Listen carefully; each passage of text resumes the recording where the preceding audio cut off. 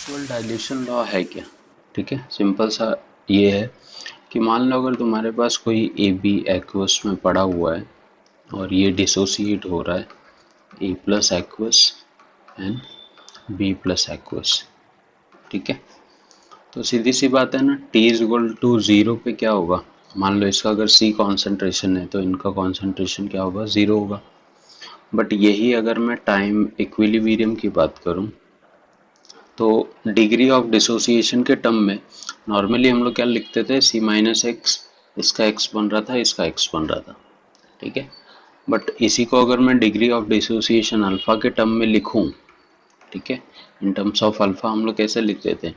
सी minus सी x, right है, इसका भी सी एक्स बना होगा, या अल्फा ले लो, सी अल्फा इसका और सी अल्फा इसका।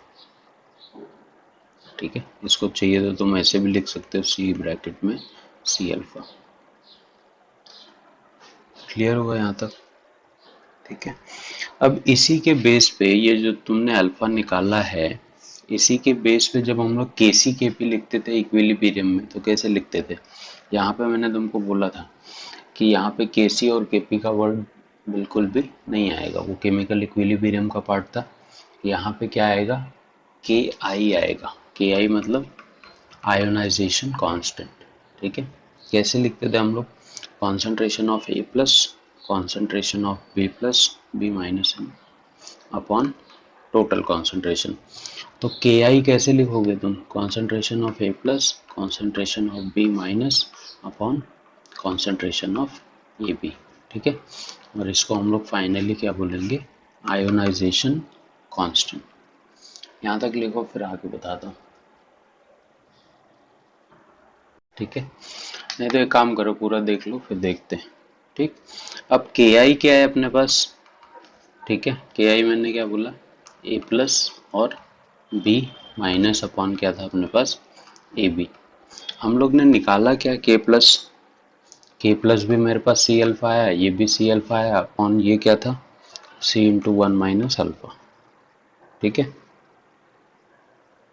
अब इसको मैं क्या लिख सकता हूँ फाइनली? के आई इज इक्वल टू, ये दोनों क्या हो जाएंगे? सी स्क्वायर अल्फा स्क्वायर अपॉन सी वन माइनस अल्फा। तो एक सी से सी गया, तो फाइनली के आई क्या मिल रहा है अपने को? C alpha square upon one minus alpha. ठीक है, अब यहाँ पे तुमको जब ये फॉर्मूला यूज करने को वो बोलेगा ना, जब भी ये फॉर्मूला यूज करने को वो बोलेगा तुमको, तो यहाँ पे ना तुमको आयोनाइजेशन कांस्टेंट ये सब दे देगा और कितने मोल्स डिसोसिएट हो रहे हैं वो भी देगा। ठीक है, कॉन्सेंट्रेशन दे देगा तुमको। क्या निकालने को बोलते हैं ऐसे ऐसे सम्स में? नॉर्मली अल्फा कैलकुलेट करने को बोलता है, जैसे हम लोग केमिकल इक्विलिब्रियम में कर रहे थे। ठीक है, अब देखो ये फॉर्मूला मिल गया मेरे को। मैंने क्या बोला? के आई एंड कॉन्सेंट्रेशन हमेशा क्या रहेंगे तुमको? नोन रहेंगे। दिया रहेगा या फिर कोई तुमको हिंट दे देगा निकालने के लिए। हमेशा तुमको अल्फा को कैलकुलेट करना पड़ेगा मैक्सिमम टाइम। ठीक है, अब दूसरी चीज क्या है कि मैंने तुमको क्या बोला कि अपने पास फॉर्मूला तो मिल गया, K is equal to C alpha square upon one minus alpha. ठीक है, बट मैंने तुमको स्टार्टिंग में क्या बोला? सेंस ये क्या है? डाइल्यूट सोल्यूशन है, और डाइल्यूट सोल्यूशन जब होता है तो अल्फा क्या होता है?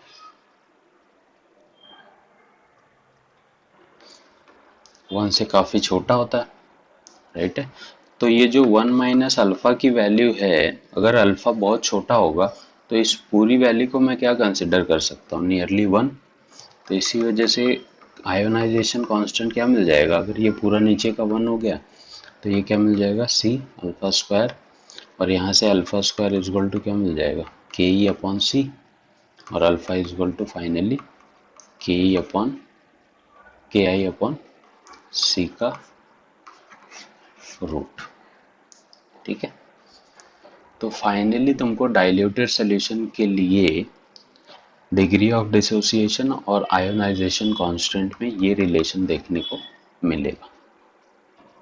क्लियर हुआ? अब अगर लिखना है तो देखो नोट्स ये है तुम्हारे पास, चाहिए तो यहाँ से छापो, ठीक है। ये पूरा नोट्स जो मैंने बताया वही सारी चीज़ें लिखी हुई हैं, ये देखो यहाँ पे ऐसे। फिर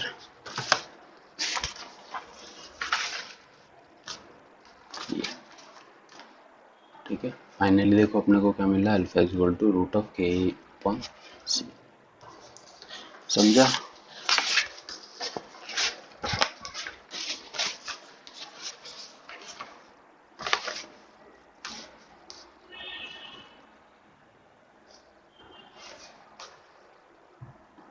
लिख लोगे तो चलेगा, कुछ वैसा नहीं है। जैसे वहां पे हम लोग ने इक्विलिब्रियम में देखा था ना, 3-4 फैक्टर थे जो इक्विलिब्रियम को डिस्टर्ब कर रहे थे।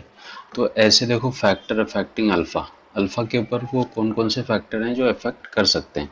क्योंकि मैंने तुमको क्या बोला कि अपने को आयोनाइजेशन कांस्टेंट और कॉन्सेंट्रेशन पता होगा, खाली हमको अल्फा निकालना होगा।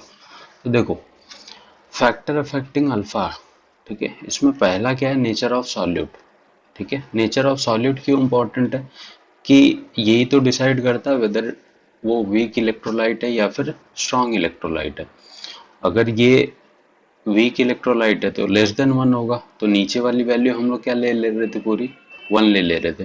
बट अगर स्ट्रॉन्ग इलेक्ट्रोलाइट रहा तो क्या हो जाएगा, 1-1 मतलब नीचे क्या हो गया, डायरेक्ट 0 हो जाएगा।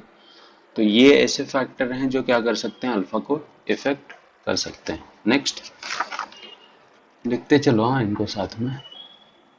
नेक्स्ट अगर मैं बोलूँ तो नेचर ऑफ सॉल्वेंट, ठीक है। जिस चीज में तुम सॉल्यूट को डाल रहे हो वो सॉल्वेंट कैसा होना चाहिए, पोलर होना चाहिए, तभी तो डिसोसिएट करेगा सॉल्यूट को। अगर वो खुद नॉन पोलर है तो वो क्या करेगा, उसको डिसोसिएट ही नहीं कर पाएगा। अगर स्ट्रॉन्ग इलेक्ट्रोलाइट भी डालोगे, अगर वो उसको डिसोसिएट नहीं कर रहा है तो कुछ मतलब नहीं निकलेगा। देखो solvent should be polar in nature and it's dielectric constant should be high, ठीक है। डाइलेक्ट्रिक कांस्टेंट का मतलब होता है किसी चीज को डिसॉल्व करने की टेंडेंसी, तो सबसे ज्यादा वाटर की होती है। Water satisfy both of this property hence treated as universal solvent, जैसा कि अपने को पता है। नेक्स्ट कॉन्सेंट्रेशन ऑफ इलेक्ट्रोलाइट, जो तुम इलेक्ट्रोलाइट डाल रहे हो, ठीक है, उसका कॉन्सेंट्रेशन भी क्या राइट है। देखो क्या बोल रहा है, depression of degree of dissociation of weak electrolyte due to the presence of common ion produce from another electrolyte strong और weak, it is known as common ion effect. ठीक है, क्या आ रहा है, डिप्रेशन आ रहा है डिग्री ऑफ डिसोसिएशन में, किसके वजह से, एक नए common ion which is obtain bye strong और वीक इलेक्ट्रोलाइट। जो तुम बाहर से कंपाउंड ऐड कर रहे हो कॉमन आयन बनाने के लिए, वो स्ट्रॉन्ग हो या वीक हो उससे कोई फर्क नहीं पड़ता, ठीक है। वो खाली क्या बनाना चाहिए, कॉमन आयन बनाना चाहिए जिससे डिग्री ऑफ डिसोसिएशन कम होना चाहिए या फिर इक्विलिब्रियम डिस्टर्ब होना चाहिए। Common ion effect only on, ठीक है, ये नॉर्मली जो कॉमन आयन इफेक्ट है ये हम लोग वीक इलेक्ट्रोलाइट के ऊपर ही देखते हैं। क्योंकि स्ट्रॉन्ग इलेक्ट्रोलाइट अगर होगा भी तो अगर रिएक्शन रिवर्स आएगी भी तो फिर से क्या हो जाएगा, वापस डिसोसिएट होके वापस फॉरवर्ड चला जाएगा, ठीक है। तो ये जो कॉमन आयन इफेक्ट होता है ये नॉर्मली वीक इलेक्ट्रोलाइट में देखने को मिलता है। Higher the concentration of common ion more will be the common ion effect, जितना ज़्यादा तुम कॉन्सेंट्रेशन ऐड करोगे कॉमन आयन का उतना ज़्यादा तुमको कॉमन आयन इफेक्ट देखने को मिलेगा। That is less will be the alpha of weak electrolyte. जितना ज़्यादा कॉमन आयन ऐड करोगे उतना डिग्री ऑफ डिसोसिएशन क्या होते जाएगा, कम होते जाएगा, ठीक है। एक चीज़ नहीं बताया था देखो, कि सपोज करो तुम CH3COH में HCl मिक्स कर रहे हो तो इन दोनों में कॉमन आयन क्या होगा, ये डिवाइड होगा तो कैसे डिवाइड होगा, CH3COO माइनस और H प्लस में, और ये डिवाइड होगा तो H प्लस और Cl माइनस में, ठीक है। तो कॉमन आयन इसमें कौन हो गया, H और H, ठीक है। यहाँ पे देखो CH3 वही लिया है मैंने, बट यहाँ पे मैंने चीज़ें चेंज कर दी है। तो किसी भी सब्सटेंस अगर वो एसिड है तो उसका कॉमन आयन तुमको कौन दे सकता है मालूम है, या तो कोई एसिड दे सकता है या फिर इसी का तुमको सॉल्ट लेना पड़ेगा, ठीक है। ये एसिड था, H हटा के मैंने Na डाल दिया तो ये क्या हो गया, सॉल्ट हो गया। तो अगर तुमको किसी एसिड का कॉमन आयन चाहिए तो किससे मिलेगा, या तो एसिड से मिलेगा या तो उसके सॉल्ट से मिलेगा। सेम देखो बेस अगर NH4OH बेस है तुम्हारे पास, तो इसका कॉमन आयन तुमको कौन दे रहा है? या तो बेस देगा या तो इसी का सॉल्ट देगा। तो अगर बेस का तुमको कॉमन आयन चाहिए तो या तो स्ट्रॉन्ग बेस से निकालो या फिर उसी बेस के सॉल्ट से। सेम चीज है ना, खाली यहाँ पे Cl डाल दिया मैंने। क्लियर हुआ? ठीक है। नेक्स्ट फैक्टर देखो मैं क्या बोल रहा था, कॉन्सेंट्रेशन ऑफ इलेक्ट्रोलाइट। अगर तुमने स्ट्रॉन्ग इलेक्ट्रोलाइट लिया है तो strong electrolyte are always 100% dissociated at all concentration. ठीक है। थर्ड फैक्टर क्या है अपने पास? Concentration of electrolyte, right. अगर स्ट्रॉन्ग है तो उसका क्या हो जाएगा? अल्फा 1 हो जाएगा। और वीक है, ठीक है, तो वीक का सिस्टम क्या है देखो, अगर वीक इलेक्ट्रोलाइट है तो सीधी सी बात है उसका अल्फा जो होगा वो बहुत कम होगा। और अगर उसके बाद भी तुम उसका कॉन्सेंट्रेशन बढ़ाते जा रहे हो, ठीक है, तो उसका डिग्री ऑफ डिसोसिएशन क्या हो जाएगा? कम हो जाएगा। अब अपने को पता है कि ये चीज डिसोसिएट नहीं होने वाली है और तुम उसका कॉन्सेंट्रेशन बढ़ाते जा रहे हो वाटर में, तो एक टाइम ऐसा आएगा ना कि जो बहुत कम डिसोसिएट हो रहा था, कॉन्सेंट्रेशन बढ़ने की वजह से और कम डिसोसिएट होने लगेगा। ठीक है। तो जब भी तुम वीक इलेक्ट्रोलाइट का कॉन्सेंट्रेशन बढ़ाओगे तो उसका डिग्री ऑफ डिसोसिएशन क्या होते जाएगा? कम होते जाएगा। ठीक है। और एक चीज, एट इनफाइनाइट डाइल्यूशन। ठीक है, मतलब तुम्हारे पास स्ट्रॉन्ग इलेक्ट्रोलाइट हो या वीक इलेक्ट्रोलाइट हो, ठीक है, अगर तुम उसमें सॉल्वेंट ऐड करते जा रहे हो करते जा रहे हो करते जा रहे हो तो स्ट्रॉन्ग इलेक्ट्रोलाइट तो क्या हो जाएगा? डिसोसिएट हो जाएगा पहले ही स्टेप में। बट अगर वीक इलेक्ट्रोलाइट जो डिसोसिएट नहीं हो रहा है तो उसको अगर इनफाइनाइट डाइल्यूट करते हो, इनफाइनाइट डाइल्यूट मतलब वाटर डालते जा रहे हो, तो एक टाइम ऐसा आएगा कि वो वीक इलेक्ट्रोलाइट भी पूरी तरह से क्या हो जाएगा? डिसोसिएट हो जाएगा। तो एट इनफाइनाइट डाइल्यूशन हर एक सब्सटेंस क्या होता है? स्ट्रॉन्ग इलेक्ट्रोलाइट कंसिडर किया जाएगा। ठीक है, यहाँ पे देखो लिखा हुआ है, at an infinite dilution each and every electrolyte act as strong electrolyte. ठीक है, तो जब भी तुम इनफाइनाइट डाइल्यूशन करोगे, वेदर इट इज स्ट्रॉन्ग और weak electrolyte, it will act as strong electrolyte always. ठीक है। टेम्परेचर लास्ट फैक्टर है तुम्हारे पास टेम्परेचर का।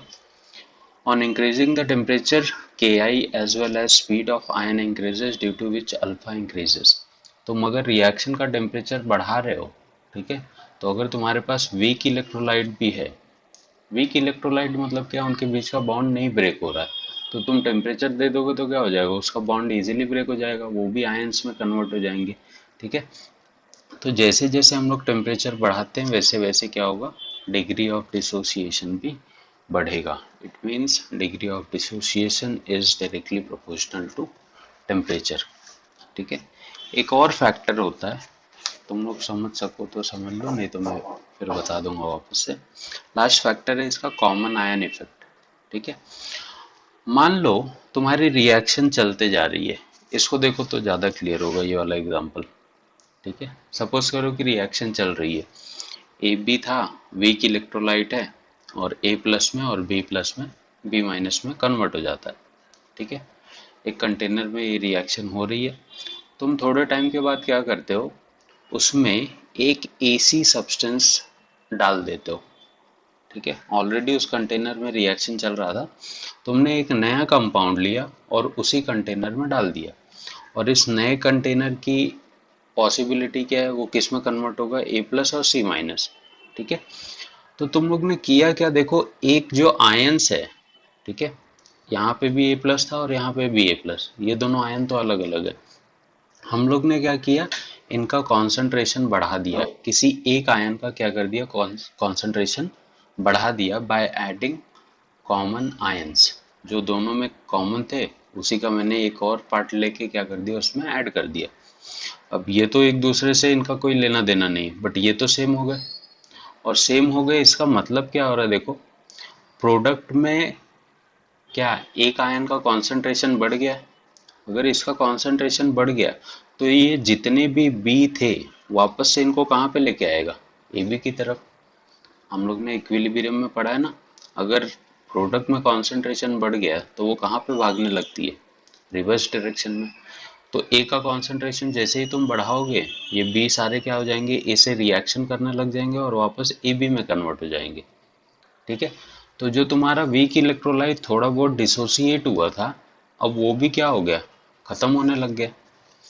इसका मतलब समझ रहे हो कि जब भी हम लोग कॉमन आयन ऐड करते हैं ना किसी भी चीज में, तो उसका डिसोसिएशन क्या हो जाता है, और कम हो जाता है। वो रिएक्शन कहाँ पे भागने लग जाएगी, रिवर्स डायरेक्शन में। ठीक है, तो अगर डिसोसिएशन कम हो गया तो इसका अल्फा भी क्या होगा, कम हो जाएगा। ठीक है, तो by the effect of common ion alpha decreases. खाली बोलने का मतलब ये था। ये कॉमन आयन इफेक्ट तुमको आगे भी आएगा थोड़ा सा। ठीक है, तो इस कॉन्सेप्ट को ध्यान में रखना कि जब भी हम लोग कॉमन आयन बनाते हैं, और आयनिक इक्विलिब्रियम में ना जितने भी कॉमन आयन के रिएक्शंस होंगे वो सारे रिवर्स में ही जाएंगे। रिवर्स में ही क्यों जाएंगे, क्योंकि तुम्हारे पास रिएक्टेंट में आयन होते हैं क्या कभी, रिएक्टेंट में मेरे पास क्या होता है, मॉलिक्यूल होता है। वो टूट के प्रोडक्ट में जब जाता है तो किस में कन्वर्ट होता है, आयंस में। और तुम आयंस का ही अमाउंट बढ़ा रहे हो, और उसमें से भी अगर कॉमन आयन कोई निकल गया तो वापस से रिएक्टेंट की तरफ रिएक्शन भागेगा। ठीक है, which results into the decrease in degree of dissociation। ठीक है, तो उसका डिग्री ऑफ डिसोसिएशन ऑलरेडी कम था और तुमने कॉमन आयन ऐड करके और भी उसको क्या कर दिया, कम कर दिया।